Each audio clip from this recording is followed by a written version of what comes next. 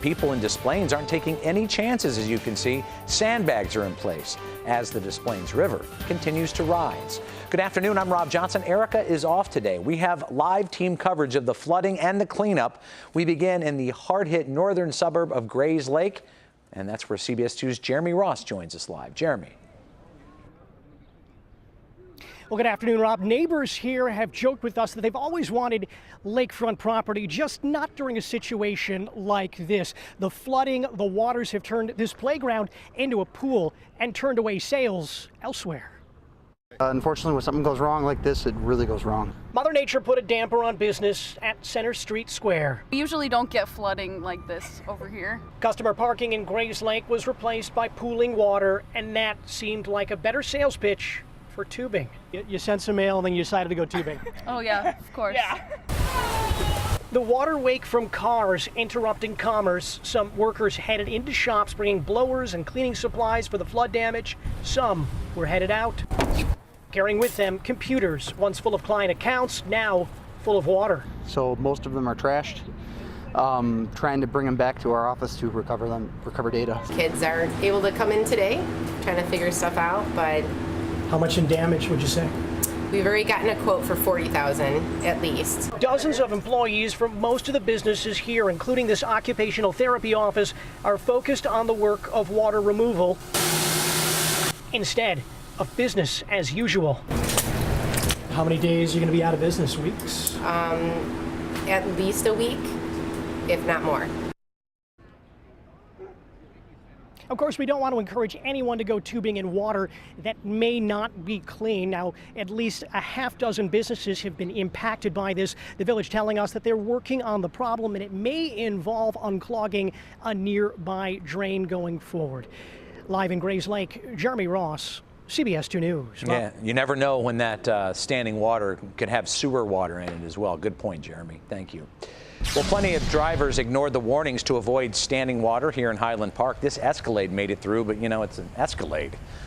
And yes, you can even see a swimming pool surrounded by water there in the Chano Lakes area. And water's also causing big problems in Grays Lake. That's where CBS 2's Jeremy Ross joins us live tonight. Jeremy.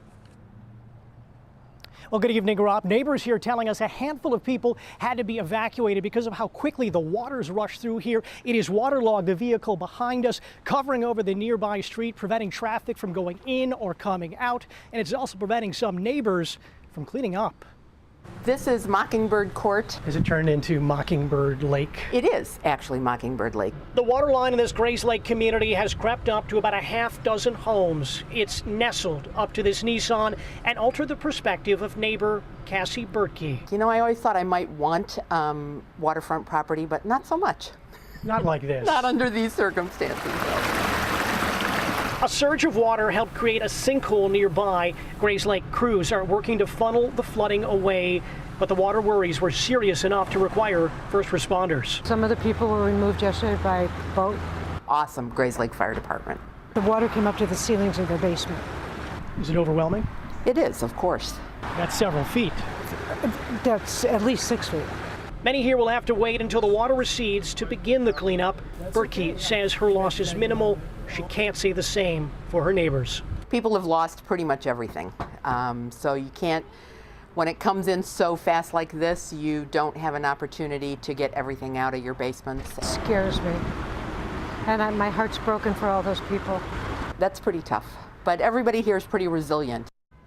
The village telling us they are working on the water problem as we speak, and that may involve removing debris from a nearby clogged up drain. In the meantime, homeowners here are working with their insurance companies regarding this flood, but some already telling us they don't believe that they have flood insurance.